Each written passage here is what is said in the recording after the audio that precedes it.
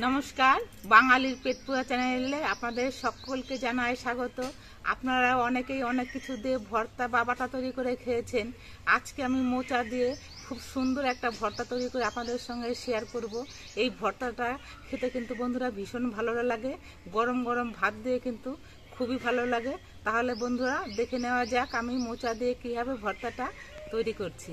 আমি মোচা দিয়ে ভর্তা তৈরি করার জন্য এই দেখুন ছোট সাইজের একটা মোচা নিয়েছি। মোচার এই লাল খোলাগুলো কিন্তু অনেকটাই শক্ত হয়, তো এই শক্ত খোলাগুলো নিলে পরে ঠিকঠাক মতো কিন্তু বাটা যাবে না, এই জন্য শক্ত খোলাগুলো আমি ফেলে দিচ্ছি। আর এই কোয়াগুলো আমি রেখে দিচ্ছি ঘরে তরকারি করে খাওয়ার জন্য।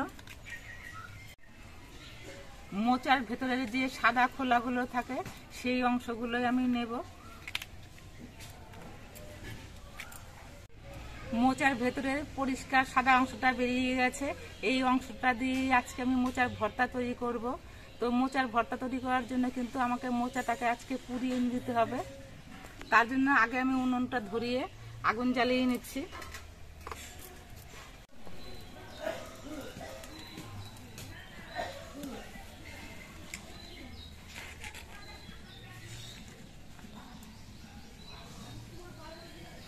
উনুনটা ধরিয়ে দিয়েছি, এবার মোচাটা আমি পোড়াতে দিচ্ছি। মোচা এরকম ডাটা থাকলে মোচাটা পোড়াতে কিন্তু সুবিধা হয়, এই জন্য মোচা ডাটা পোড়ানোর জন্য এইরকম লম্বা ডাটা রাখতে হবে। আপনারা মোচা দিয়ে হয়তো অনেক রকমের রেসিপি তৈরি করে খেয়েছেন, তবে এরকমভাবে মোচা পুড়িয়ে যদি ভর্তা না খেয়ে থাকেন তাহলে একদিন এরকমভাবে মোচা পুড়িয়ে ভর্তা তৈরি করে খাবেন, দেখবেন খেতে কিন্তু ভীষণই ভালো লাগবে। আর এটা কিন্তু বহু পুরনো একটা রেসিপি। মোচাটা আমি বেশ ভালো মতো পুড়িয়ে নিয়েছি, এবার এটা আমি ঠান্ডা হওয়ার জন্য দিচ্ছি। উনুনে একটা কড়াই বসিয়ে দিলাম। আজকে আমি মোচাটা আমি কাঠে পোড়ালাম, আপনাদের বাড়িতে যদি কাঠে পোড়ানোর ব্যবস্থা না থাকে সেক্ষেত্রে কিন্তু আপনারা গ্যাসেও পুড়িয়ে নিতে পারেন। একটা রুটি ভাজার যে জালগুলো হয় সেই জালগুলো গ্যাসের মধ্যে বসিয়ে নিয়ে মোচাটাকে কিন্তু আপনারা গ্যাসেও পোড়াতে পারবেন। আমি উনুনে যে কড়াইটা বসিয়েছিলাম সেই কড়াইটা বেশ ভালো মতো গরম হয়ে গেছে।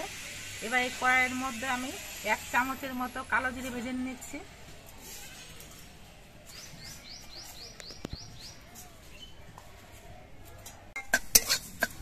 কড়াইয়ের মধ্যে কালো জিরেটা একটুখানি নাড়াচাড়া করে ভেজে নিয়েছি। কালো জিরেটা ভাজা হয়ে গেছে, এটা একটা বাটির মধ্যে আমি নামিয়ে নিচ্ছি। এবার কড়াইয়ের মধ্যে দিচ্ছি অল্প করে একটু সর্ষের তেল। সর্ষের তেলটা গরম হয়ে যাওয়ার পর এর মধ্যে আমি কিছু কাঁচা লঙ্কা দিচ্ছি আর কিছু রসুনের কোয়া দিচ্ছি। এই রসুন আর কাঁচা লঙ্কাটা বেশ ভালো মতো ভেজে নিতে হবে। রসুন আর কাঁচা লঙ্কাগুলো বেশ ভালো মতো ভাজা হয়ে গেছে, এবার এটাও আমি নামিয়ে নিচ্ছি। আমি কালো জিরে বাটিতেই রাখছি, কারণ সব একসঙ্গেই বেটে নেওয়া হবে।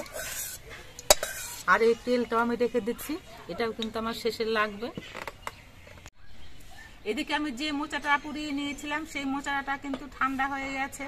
আমরা বেগুন পোড়ানোর পর কিন্তু বেগুনের খোসাটা ঠিক সুন্দর করে ছাড়িয়ে নিই, কিন্তু মোচার খোসাটা কিন্তু খুব ওরকমভাবে সুন্দর করে ছাড়ানো যাবে না, তবে একটা খুন্তি দিয়ে যতটা পারা যায় ছাড়িয়ে নিতে হবে।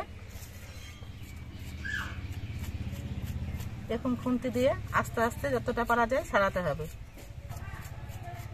খুন্তি দিয়ে মোচার পোড়া অংশগুলো যতটা ফেলা যায় ঠিক ততটা আমি ফেলে দিয়েছি। এই দেখুন অনেকটাই কিন্তু পরিষ্কার হয়ে গেছে। এবার এই ডাটার মতো অংশটা বাদ দিয়ে দিতে হবে, এটা রেখে দেওয়া হয়েছিল পোড়ানোর সুবিধার জন্য। এবার এই মোচাটাকে আমি ধুয়ে পরিষ্কার করে এনে নেব।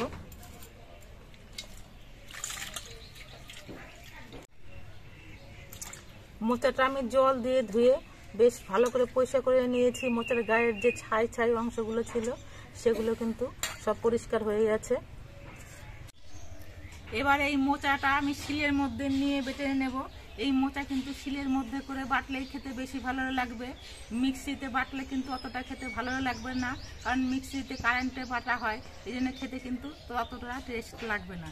এই জন্য আমি শিলের মধ্যেই বেটে নিচ্ছি।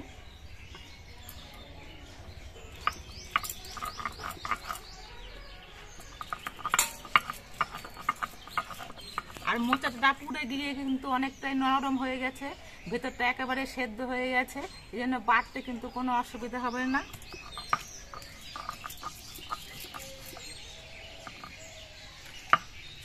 দেখুন একেবারে নরম হয়ে গেছে।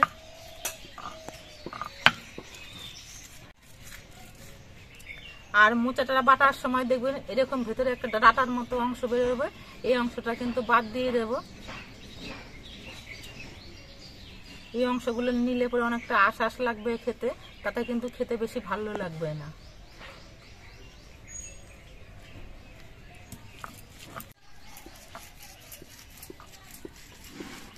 মোচা এইভাবে পুড়িয়ে নিয়ে ভর্তা করলে মোচা পোড়ার একটা সুন্দর সেন্ট বেরোয়, বেশ পোড়া পোড়া একটা সেন্ট লাগে, খেতে কিন্তু ভীষণ ভালো লাগে।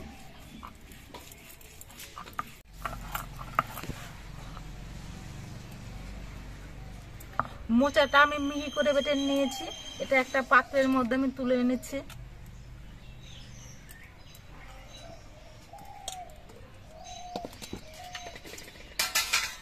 এবার আমি যে কাঁচা লঙ্কা, রসুন, কালো জিরে ভেজে নিয়েছিলাম সেগুলো বেটে নিচ্ছি।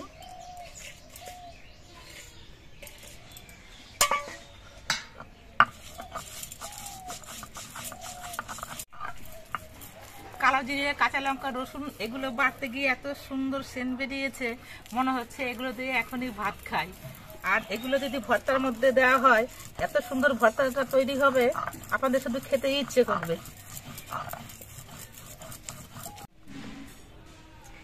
কালো জিরে, রসুন, লঙ্কা এগুলো বাটা হয়ে গেছে, এটা একটা বাটির মধ্যে আমি তুলে রাখছি।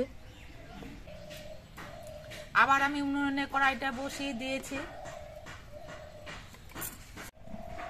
কড়াইয়ের মধ্যে কিন্তু রসুন আর কাঁচা লঙ্কা ভেজে নিয়েছিলাম, সেই ভাজা তেলটা রয়ে গেছে। এবার এই তেলটা গরম হয়ে যাওয়ার পর আমি একটা শুকনো লঙ্কাকে দু টুকরো করে দিলাম। লঙ্কাটাও ভালো করে ভেজে নিতে হবে। শুকনো লঙ্কাটা তেলের মধ্যে নেড়ে চেড়ে আমি একটুখানি সময় ভেজে নিয়েছি। এবার এর মধ্যে আমি যে মোচাটা বেটে রেখেছিলাম সেই মোচা বাটাটা দিয়ে দিচ্ছি। তেলের সঙ্গে বেশ ভালো করে মিশিয়ে নিতে হবে। এবার এর মধ্যে দিয়ে দিচ্ছি পরিমাণ মতো নুন। নুনটা দিয়ে নেড়ে চেড়ে ভালো করে মিশিয়ে নিতে হবে।